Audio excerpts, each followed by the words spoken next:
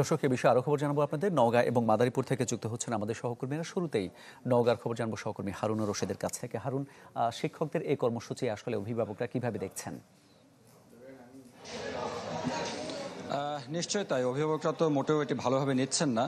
আমরা এই মুহূর্তে আছি একটি মাধ্যমিক বিদ্যালয়, এবং যেহেতু এরই মধ্যে মাধ্যমিক বিদ্যালয়ের শিক্ষকরা আন্দোলন স্থগিত করেছে, যার কারণেই আজকে তাদের যে পরীক্ষাগুলো ছিল সেগুলো আসলে অনুষ্ঠিত হচ্ছে। একটু আগে আসলে শিক্ষার্থী যারা আছেন তারা তাদের সেই পরীক্ষাগুলোতে অংশ নিয়ে বের হয়ে যাচ্ছেন, আমরা তেমনটি কিন্তু দেখতে পেয়েছি। এছাড়া সারা জেলার আসলে যে প্রাথমিক বিদ্যালয়গুলো আছে সেগুলোতে যে কমপ্লিট শাটডাউন যে কর্মসূচি তাদের আসলে চলছে, সেটি কিন্তু তারা এখন পর্যন্ত তুলে নেননি, যার কারণেই যারা শিক্ষার্থী আছেন তারা কিন্তু বেশ খানিকটা বিড়ম্বনায় পড়েছে। আপনি জানেন যে তাদের যে বার্ষিক পরীক্ষা চলছিল, অর্থাৎ 9টি বিষয়ে যে বার্ষিক পরীক্ষা, সেই পরীক্ষার মধ্যে মাত্র 2টি বিষয়ে পরীক্ষা অনুষ্ঠিত হয়েছে। এখন পর্যন্ত 7টি বিষয় এখনো বাকি আছে। এই 7টি বিষয় নিয়ে আসলে শিক্ষার্থী এবং অভিভাবক দুই পক্ষেরই বেশ খানিকটা দুশ্চিন্তায় পড়েছেন, কারণ তাদের যে প্রস্তুতি ছিল সেই প্রস্তুতিতে খানিকটা যেমন ভাটা পড়ছে, শিক্ষার্থীদের মনোবল যেমন নষ্ট হচ্ছে, পাশাপাশি অভিভাবকরা বলছেন যে তাদেরও কিন্তু বেশ খানিকটা ক্ষতি হচ্ছে। সবকিছু মিলিয়ে অভিভাবকরা বলেছেন যে শিক্ষার্থীদের জিম্মি করে আগামীতে যাতে করে শিক্ষকরা এই ধরনের কোনো আন্দোলন না করেন, সরকার বাহাদুরের সঙ্গে পরামর্শ করে যাতে তাদের দাবি দাওয়া আদায় করেন, সেই বিষয়টিতে মনোযোগী হবার জন্যই তারা পরামর্শ দিয়েছেন। সঠিক মাত্রার কার্বন কম্বিনেশন বৃদ্ধি করে পাইপের ডাক্টিলিটি ও হেভি লোড নেয়ার ক্ষমতা। Falcon MS pipe. ধন্যবাদ আপনাকে। এই পর্যায়ে মাদারীপুর যেতে চাই। সহকর্মী সাগর হোসেন তামিম যুক্ত আছেন আমাদের সঙ্গে। তামিম, অভিভাবকদের সহায়তায় প্রধান শিক্ষকরা বার্ষিক পরীক্ষা নিচ্ছেন, আর আসলে এটা কি খুব বেশি টেকসই কিছু হচ্ছে? আসলে মাদারীপুরও কিন্তু একই চিত্র আমরা লক্ষ্য করেছি।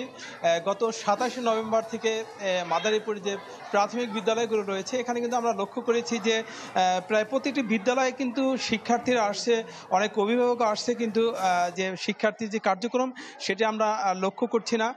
আপনারা জানেন যে এখন বার্ষিক পরীক্ষা চলছে, এই সময়ও কিন্তু শিক্ষকদের যে আন্দোলন, অর্থাৎ সহকারী শিক্ষকদের 10ম গ্রেডে উন্নীত এবং তাদের বিভাগীয় পদোন্নতির দাবিতে যে তারা আন্দোলন করছে, এর ফলে কিন্তু শিক্ষার্থী এবং অভিভাবকরা চরম বিড়ম্বনায় পড়েছে। অনেকেই স্কুলে আসছে, কিন্তু শিক্ষক সংকটের কারণে প্রধান শিক্ষকরা কিন্তু সেভাবে আসলে পরীক্ষা নিতে পারছে না। তবে অনেক বিদ্যালয় কিন্তু পরীক্ষা নিচ্ছে, কিন্তু সেখানেও শিক্ষক সংকটের ফলে কিন্তু সেভাবে আসলে পরীক্ষার যে সঠিক মূল্যায়ন বা যেভাবে পরীক্ষা নেওয়ার কথা সেভাবে কিন্তু হচ্ছে না। সহকারী শিক্ষকরা যেটি বলছে, তাদের যে দাবি দেওয়া, সেই দাবি দেওয়া যদি সঠিকভাবে মেনে নেওয়া হয় তাহলে কিন্তু তারা স্কুলে ফিরে আসবে এবং তাদের যে স্বাভাবিক কার্যক্রম সেটি তারা পরিচালনা করবে।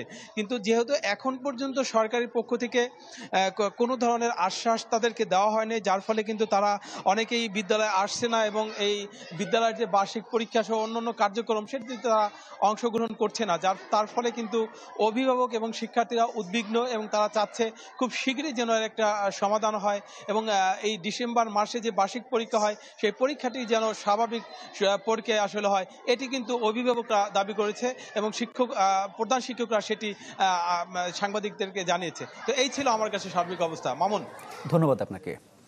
3 দফা দাবি আদায় কমপ্লিট শাটডাউন কর্মসূচি পালন করছেন সরকারি প্রাথমিক বিদ্যালয়ের শিক্ষকরা। এ বিষয়ে জানাতে মাদারীপুর এবং নওগাঁ থেকে যুক্ত হয়েছিলেন আমাদের সহকর্মীরা।